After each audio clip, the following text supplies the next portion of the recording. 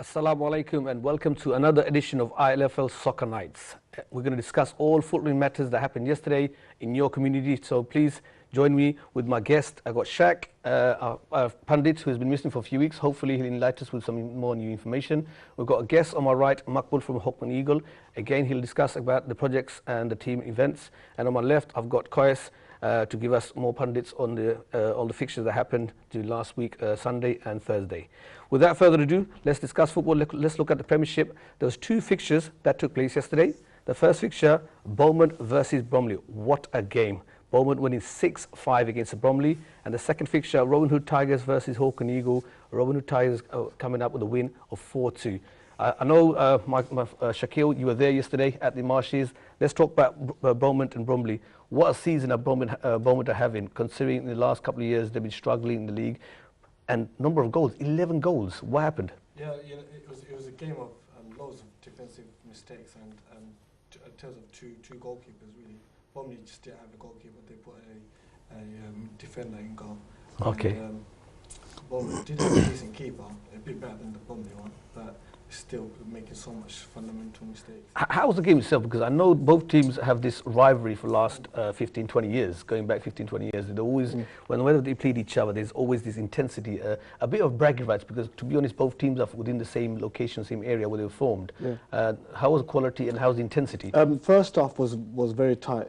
They cancelled each other out, so it was 1-1 at first half, so they were sort of feeling each other out. Bromley was struggling a lot because they didn't have enough players. They didn't have the strength team, to be honest with you. The bench they didn't have numbers in the bench. They had one or two players. I'm surprised you say that, because obviously they're in two semi-finals, Bromley. They're in the League Cup semi-final and they're also in the Interleague Champions Cup semi-final. In the league, obviously, they're midway table, so they must be doing something right from compared to the last couple of seasons, because to be in two semi-finals is a good achievement and the opportunity to get to the final. So I thought this season is one of the better seasons in comparison to the last couple of years. I agree, but Bromley always intend to do well in cup games. When there's a cup game, they're always up for it. They always have loads of support behind it.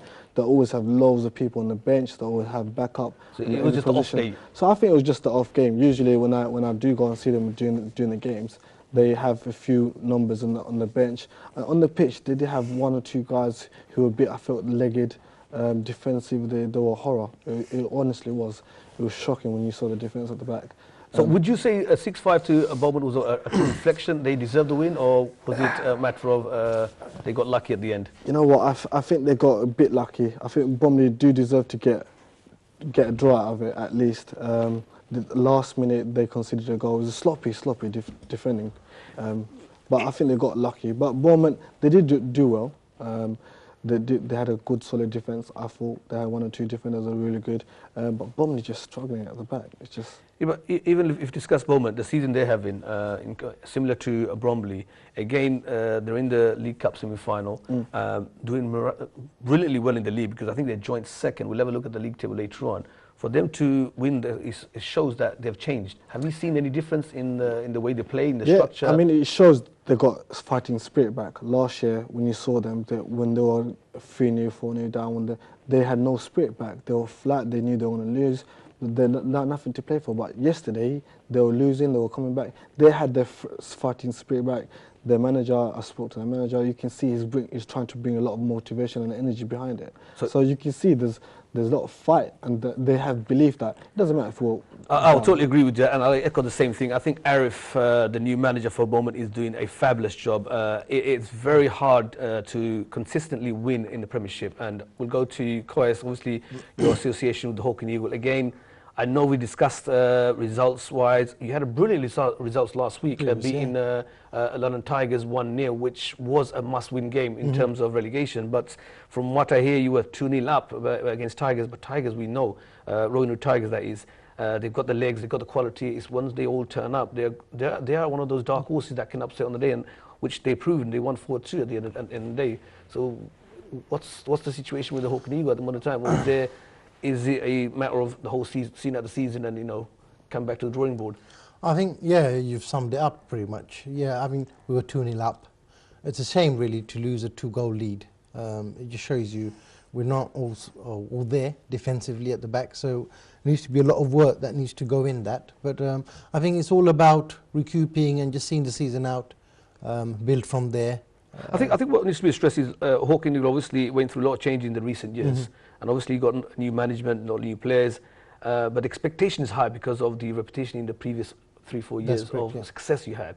Is the pressure getting to certain players, or expectations too much? Could that be one of the factors? I think pressure is certainly getting there, but what you got to understand is everyone's recruiting. There's a lot of better players out there, and it's becoming very competitive in the league, ILFL league. It's not an easy league, and you can't really say any team's a bad team, because everyone on the day, if they have the players, they turn up and.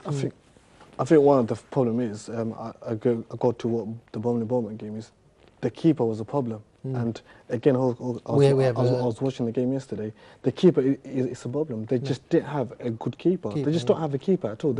Again, like Bromley, they put a defender in goal, and that's what they did. Hawking Eagle did. From my point of view, and I've been in football for quite a long time, if you see a problem or you've highlighted a weak point, isn't it down to the management to look into it and obviously eradicate that problem, or invest or look at how to improve that problem? Yeah, you can't, because as we said that last few weeks, because teams at the bottom, it's not by chance, by luck or one-off game. It's based on how the season progressing on a long-term basis. So you know, is the team looking at those issues, or are they bypassing it and you know, not dealing with it? No, teams looking at that. I mean, the goalkeeper situation is tough because you only get good keepers coming in, and then there's a constant vacant position for keepers. Not just in our club.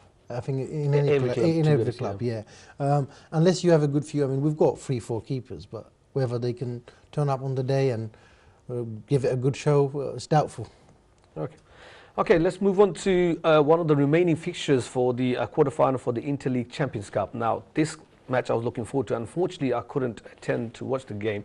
It was Reach Out versus Mylen. Now, Reach Out representing one of our teams from ILFL, a very good side, very good form, challenging for the title against obviously Mylen. Again, another successful team from Hackney Leighton League. It was a very tough game, and the results, unfortunately for us, Mylen won 1-0 against Reach Out, which means they now go into the semi-final. I know, Shakil, you were there as well. Did you manage to see the game itself? How you panned out? I watched the whole game. It's a shame that you Reach Out are now to be on time all the time, isn't it? They're coming on time. But yesterday, just from the start, they just didn't cope. They came in late. They recruited. They didn't even warm up properly. So Mylen took the advantage. They knew they were going to be late. They didn't have a warm up properly, so they catch them cold. What they did straight away, kick-off game, straight attack, catch them cold, and they conceded. It was a very unlike Reach Out, I must say. It was very unlike Reach Out. Normally they're a lovely footballing team, and both teams are. I love it. I know I saw Mylen last year, and they sort of recruited different players, and they've changed the team around a bit. But in fairness, Mylen, to be honest, right from the beginning, we did say they are one of the favourites to go through to at least to the final, and obviously they're meeting their requirement. Reach Out, to be honest, is one of our top teams from ILFL. The expectation was high, as you said, on that day. I'm not sure what happened, but obviously we always say, and echo this every week in and week out, is preparation is very important. If the team not prepared 100%, then it reflects on the results. Sometimes you can go against them, and obviously in the case it has.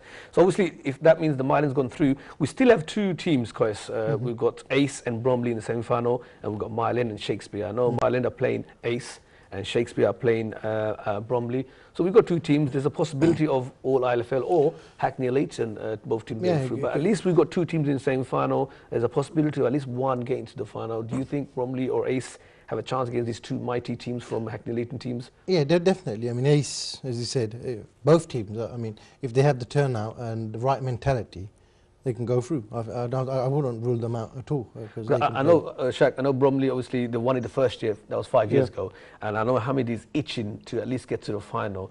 But he'll be playing against Shakespeare. Shakespeare, a very good side. It's a side that Abdul Hamid doesn't know much about. It's a time that he's looking ways to find out what the team is like. And I did speak to him yesterday, and he's asking me what are they like. And I didn't give too much away from him, so I want him to keep it a surprise. But he is itching to find out, and they are, I reckon, want to win. Of course they want to win, but they're itching to go to the final, definitely.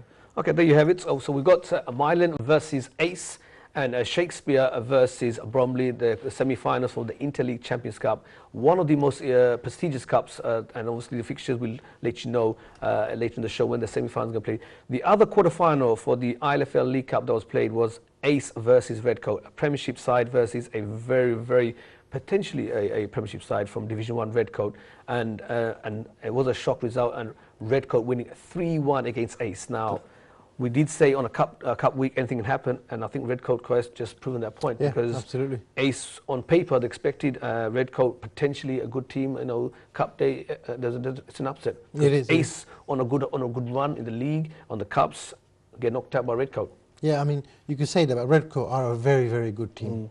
You know, they'll be up there soon, but yeah, you can't rule away from them. I wouldn't see that as a surprise, really. That's just my view. I mean, I think Redcoat, seeing how they play, yeah, Ace are good, but you can't rule out Redcoat. They're a very, very good team. Yeah, I've seen them play, and they are strong. They got 3 or 4 players that are physically strong. They're fast. They're fit. And what I like about Redcoat, and I've said it a few times, and I'll say it again, is initially a couple of years back they weren't a threatening team. They recruited within the local area. In the recent years, like especially this year and last year, they've branched it out and got to different areas and recruited different players to strengthen rather than just look at their own. They've actually recruited quality players, and it is shown, because the goals they score in the league 5, 6 every week in, week out, it shows their strength. The only negative side I would say I've noticed is probably the discipline. Yeah, I was about to say that. Discipline, I think sometimes 1 or 2 players they lose their head or their patience, and that can obviously come back to affect the team in terms of if you're 1 man down or if you're banned from a game, that can affect the team. So only thing I would suggest to Redcoat is get the discipline in order, talk to the certain players. It's about team, not individuals, because you're doing really well, really successful. You don't want to hamper that or miss opportunities, because if you miss 1 or 2 key players in the semi-final, then you're like more or less shooting yourself in the feet.